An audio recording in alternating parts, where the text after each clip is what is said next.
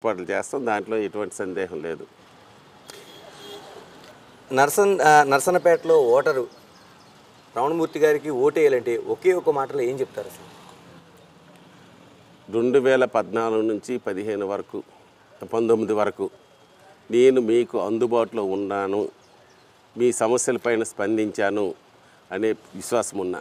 లేకపోతే ఎక్కడ అవినీతి చేయకుండా నిజాయితీగా మీ శాసనసభ్యుడిగా పనిచేశానని విశ్వాసం ఉంటే, రేపు కలిపి పనిచేస్తాననే కాన్ఫిడెన్స్ ఉంటే, అలాగే నియోజకవర్గ అభివృద్ధికి పాటుపడ్డాడనే అభిప్రాయం మీలో ఉంటే ఓటేయమని వాళ్ళకి ఈ సందర్భంగా మీ ద్వారా వాళ్ళకి కోరుకుంటున్నాను.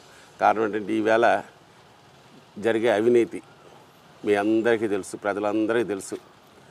షిఫ్ట్ ఆఫీసర్ పోస్టులని, అంగన్వాడీ పోస్టులని, ఇటువంటి ఎన్నో అవినీతి అంటే ప్రజలే కాదు వాళ్ళ కార్యకర్తలు కలిపి మోసపోయారు. నా టైంలో అటువంటి అవకాశాలు లేకుండా ఒక నీతివంతంగా సేవలు అందించాను. ఎమ్మెల్యే పదవి నా గురించో, నా పిల్లల గురించో, నా కుటుంబం గురించో ఏ రోజు నేను వినియోగించలేదు. ఏ ప్రజల ద్వారా అయితే అధికారం వచ్చిందో ఆ ప్రజలకి సేవకుడిగా ఉండాలని, ఏ టైంలో ఎమ్మెల్యే కలుసుకోవాలన్నా కార్యకర్తలు ప్రజలు కలుసుకునే విధంగా నేను పనిచేసినని విశ్వాసం ప్రజల్లో ఉంటుందని నాకు పూర్తి విశ్వాసం ఉంది. ఆ కారణంతో రమణమూర్తి గారు నాకు ఓటేస్తారు.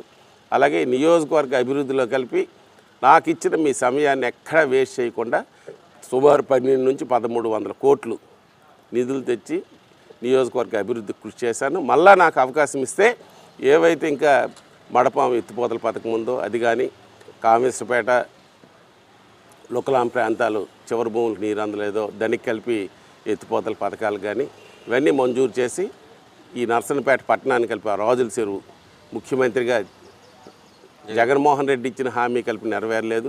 ఇండోర్ స్టేడియం కానీ ఇవేవైతే మిగిలిపోయి ఉన్నాయో అప్పుడు నా టైంలో చేయిగా మిగిలిపోయిన పనులు కానీ, కొత్తగా ఈ లిఫ్ట్ ఇరిగేషన్స్ కానీ, కారణం మీరు మొదట అన్నారు ఇక్కడ రైతాంగం అని, ఆ రైతాంగం కావాల్సిన సాగునీరు కానీ, అతను నది పక్కన ఉన్నప్పటికీ తాగునీరు సమస్య ఉంది, తాగునీరు కానీ అందించే బాధ్యత నేను తీసుకుంటాను.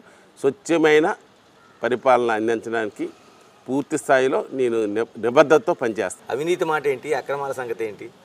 అవినీతి అక్రమాలు జరిగినవి ఏవైతే భూమాఫియాలు ఇవన్నీ ఉన్నాయో దాని మీద ఉక్కుపాదంతో కుమ్ముతాం. ఇవాళ ఇందిరానగర్లో నిర్మించే చిల్డ్రన్ పార్క్ ధ్వంసం చేయడం కానీ, వాటి మీద చర్యలు కానీ, ఎక్కడైతే భూములు ఆక్రమించారో దానిపైన చర్య తప్పనిసరిగా ఉండి ఈ అవినీతి మీద ఉక్కుపాదం మోపి మళ్ళీ దాని మీద చర్యలు కలిపి తీసుకుంటాం గవర్నమెంట్ అధికారంకి వచ్చిన తర్వాత. థ్యాంక్ యూ రమణమూర్తి గారు, చాలా మంచిది. All the best. Thank you. ఇది మనకి నర్సన్నపేటలో